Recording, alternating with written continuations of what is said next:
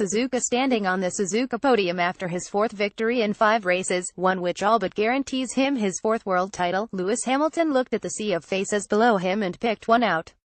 Then he raised both hands over his head, touched them together on his scalp and did the Mobot pose. Sir Mo Farah, looking back up at him, responded in kind.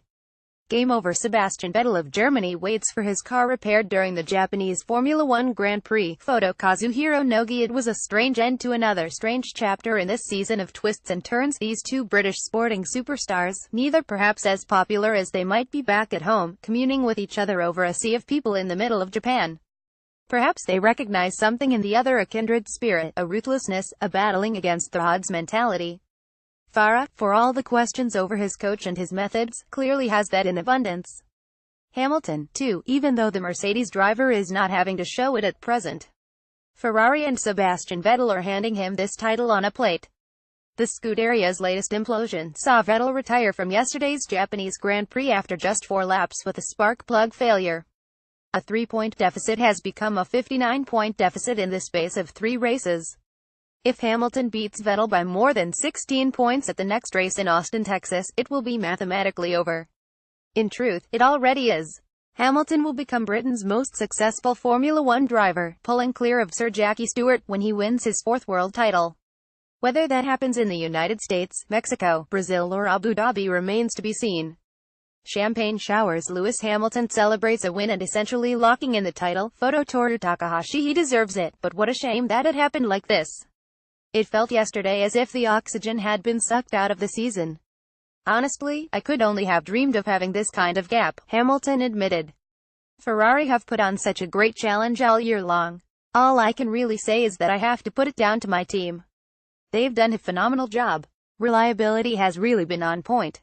Talk about rubbing it in.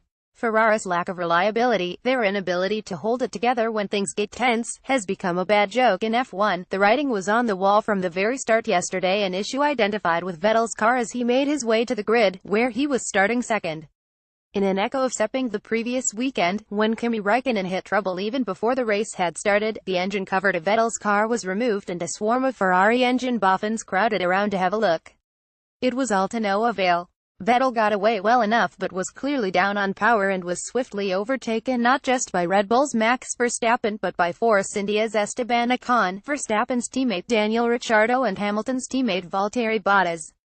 He lasted just 4 laps before he was pulled from the fray. In Vettel's absence, Hamilton just about managed to hold off Verstappen, although the second half of the race on the soft Pirelli tires was tense, a late virtual safety car almost costing the Mercedes driver the victory as he struggled with cold tires on the restart. A timely intervention by McLaren's Fernando Alonso, who jumped in front of Verstappen just as the Dutchman was closing on Hamilton, helped. Alonso got a reprimand, Hamilton the win, and Ricciardo fended off Bottas for 3rd. Poor Maurizio Arrivabene, sitting forlornly on Ferrari's pit wall. All he could do was watch and shake his head. Will it be Arrivederci Arrivabene? Very possibly. Vettel sought to defend his team. It is normal to be critical, especially when things go wrong, he told reporters before dashing off to catch a train while the race was still on. I think I need to protect them. It is like that sometimes. Of course it hurts and we are all disappointed, but we go flat out for the last 4 races and see what happens. He can go as fast as he likes. You can stick a fork in this championship. We are done. UK Daily Telegraph.